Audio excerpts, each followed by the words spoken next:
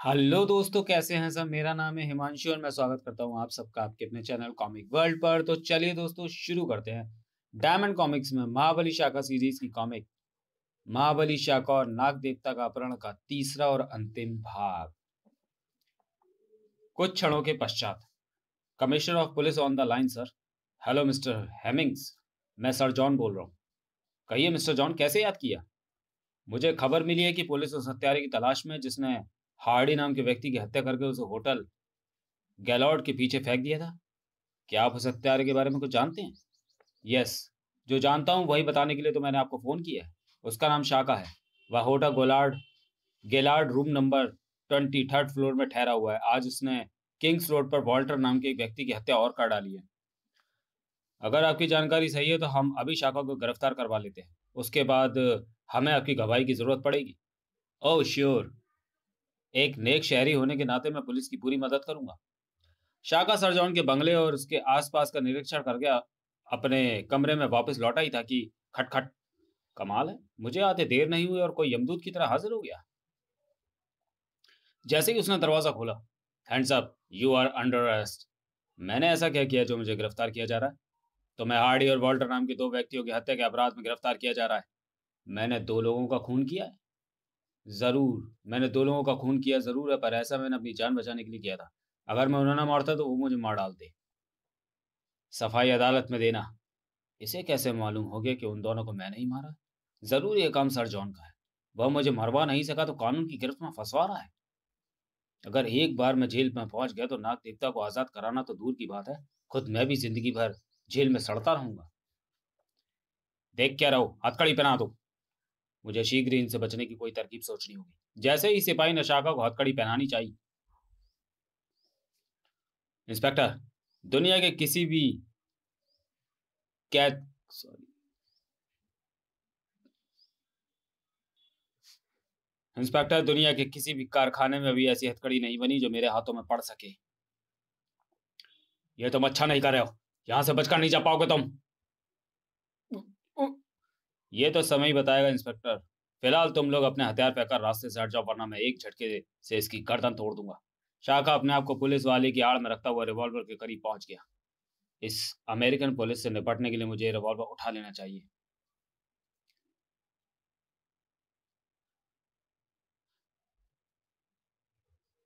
मेरी नजरें तुम सब पर हैं, इसलिए कोई हरकत मत कर बैठना, वरना अपने साथी की जान से हाथ धो बैठोगे। रिवॉल्वर हाथ में आते ही शाखा को कमरे से बाहर निकलने में कोई परेशानी नहीं हुई। दरवाजा बाहर से बंद करके शाखा तेज कदमों से वहां से चल दिया। हो सकता है सर जॉन के आदमी अब भी होटल की निगरानी कर रहा हूँ। मुझे पिछले गेट से बाहर निकलना चाहिए। पिछले गेट पिछला गेट एक पतली सी गली में खुलता था, जिसे पार करता हुआ शाखा सड़क पर पहुंच गया। किसी होटल में ठहरना ठीक नहीं। सर जॉन के आदमी मुझे ढूंढ ही निकालेंगे। इसलिए छुपने की कोई और जगह तलाश करनी चाहिए। अचानक उसके दिमाग में एक तरकीब आई। वह तेज कदमों से एक और चल दिया। 1 किलोमीटर आगे जाकर वह एक इमारत में प्रविष्ट हो गया।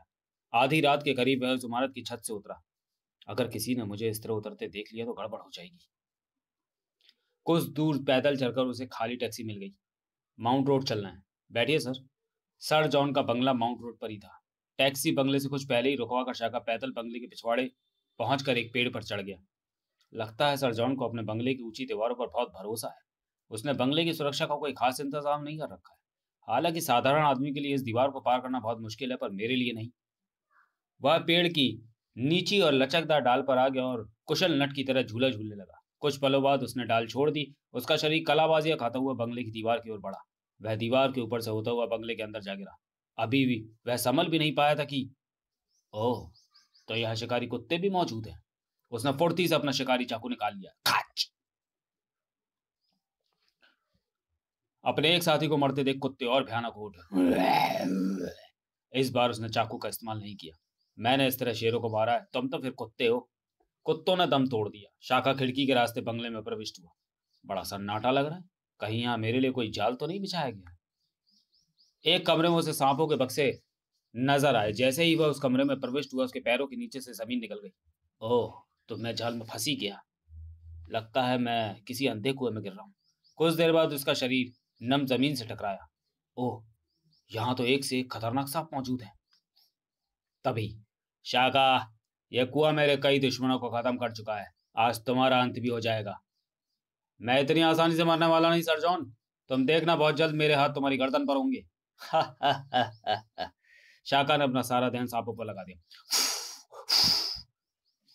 इनसे किस तरह बचा जाए, अगर एक ने भी मुझे डस लिया तो मेरा बचना मुश्किल हो जाएगा। याद आया, एक बार शान कबीले के ओझा ने मुझे सांपों को भस्म करने की एक सीटी सिखाई थी, आज उसे आजमा कर देखता हूँ। सीटी की आवाज सुनकर उसे डसने के लिए लपकने वाले सांप रुक गए। शाबाश दोस्तों, तुम लोग आराम से यहाँ घूमते फिरते रहो, मेरी ओर से तुम्हें कोई खतरा नहीं है। अब मुझे यहाँ से बाहर निकलना चाहिए, लेकिन निकला किस तरह जाए? कुआं बहुत ऊंचा है और अगर चढ़ने का कोई जरिया नजर नहीं आ रहा।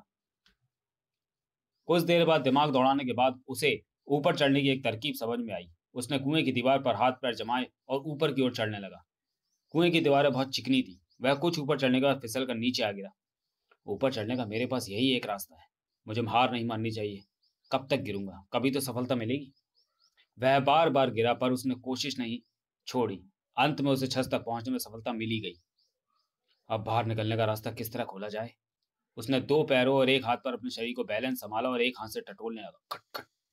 यहाँ पर लोहे की चादर लगती है, यही इसे किसी मैकेनिज्म से खुलता बंद होता होगा, पर मुझे इसे अपनी ताकत से खोलना होगा। शाका ने एक हाथ और कंधे की ताकत लोहे की चादर पर लगा दी। उसकी अपार शक्ति के आगे वह चादर ज्यादा देर तक न टिक सकी। उसके बाद शाका को वहां से निकलने में कोई परेशानी नहीं हुई। अब मुझे सरजॉन की तलाश करनी चाहिए, वही मुझे नाग देवता तक पहुंचा सकता है। थोड़ी देर बाद सरजॉन के बेडरूम में, उठो सरजॉन, देखो मेरे हाथ तुम्हारी गर्दन तक पहुंच गए। गर्दन पर दबाव पड़ते ही सरजॉन हड़बड़ा कर झाँक गया। तुम यहाँ? हाँ, तुम्हारा वह कुआं मुझे ज्यादा देर तक कैद नहीं रख सका। अगर तुम कुछ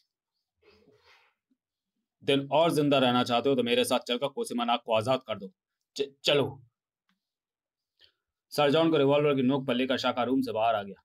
आखिर तुम उस नाग के पीछे क्यों पड़े हो? उसका विचार छोड़ दो, बदले में मैं तुम्हें मुंह मांगी दौलत दे सकता हूँ। वह मेरा नाग देवता है, अपने देवता को बेचा नहीं जाता। गैलरी के अंत में लिफ्ट थी। लिफ्ट में सवार होकर सरजॉन ने नीचे जाने वाले बटन पुश कर दिया। कुछ देर बाद एक विशाल हॉल में पहुंच गए, जिसे सरजॉन स्नेक पैलेस कहता था।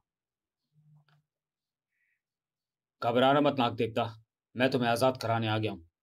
अगर मैं इसे जाल में फंसाने के लिए सुरक्षा गार्डों को यहाँ से ना हटाता तो ये इतनी आसानी से यहाँ तक ना पहुंच पाता। बॉक्स खोलो सरजॉन। खोलता हूँ।